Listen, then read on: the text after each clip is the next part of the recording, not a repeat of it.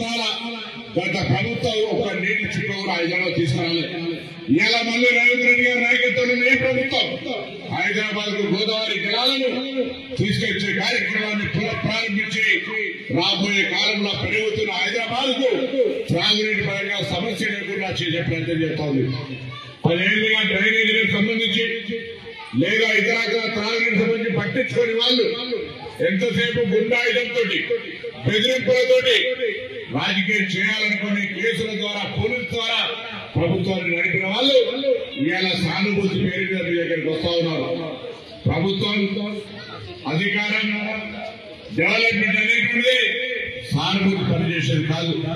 గతంలో కూడా నారాయణపేటలోనే పాలేరులోనే సానుభూతి మీద ఓట్లు అడిగితే మొన్నటికి మొన్న కంటోన్మెంట్ లో కూడా అక్కడ జరిగినటువంటి ఉప ఎన్నికల్లో అక్కడ ప్రజలు చైతన్యవంతులై కాంగ్రెస్ పార్టీ అభ్యర్థిని గెలిపించినారు.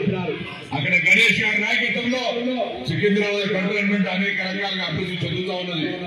ఏదైనా జూబ్లీకి సంబంధించి ఉప ఎన్నికల్లో తెలంగాణ రాష్ట్రంలో అధికారంలో కాంగ్రెస్ పార్టీ ముఖ్యమంత్రి రేవంత్ రెడ్డి గారు మొత్తం క్యాబినెట్ అంతా నవీన్ గారి ఇంట ఉంది. మీరు కాంగ్రెస్ పార్టీ అభ్యర్థి నవీన్ ఆశీర్వదించండి, తప్పకుండా కాంగ్రెస్ పార్టీ ఈ నియోజకవర్గంలో ఉన్నటువంటి అన్ని సమస్యల్ని పరిష్కరిస్తాం అనే విశ్వాసాన్ని జిల్లా ఇన్ఛార్జ్ మంత్రిగా కూడా మీ అందరికీ హామీ ఇస్తా ఉన్నా. మీరు నవీన్ యాదవ్ ఆశీర్వదించినట్టయితే యువకుడిగా ఉత్సాహవంతుడిగా పనిచేసేటువంటి మనస్తత్వంతో ఉన్నటువంటి నవీన్ యాదవ్ గారు మీ అందరినీ నోట్లో నాలుగలాగా ఉండి ఈ సమస్యలన్నీ పరిష్కరించేటువంటి చొరవలు పెడతాడు. ఆయనకు అండగా ఈ ప్రభుత్వం ఉంది. మరి మీరంతా ఆలోచన ఈరోజు కాంగ్రెస్ పార్టీ అభ్యర్థి నవీన్ గెలిపేమని పేరు పేరున ఇందులో ఉన్నటువంటి అక్క చెల్లెళ్లకు అన్న తమ్ముళ్లకు తాతలకు అమ్మలకు నాయనులకు అందరూ కూడా పేరు పేరున హృదయపూర్వకంగా విజ్ఞప్తి చేస్తా ఉన్నా.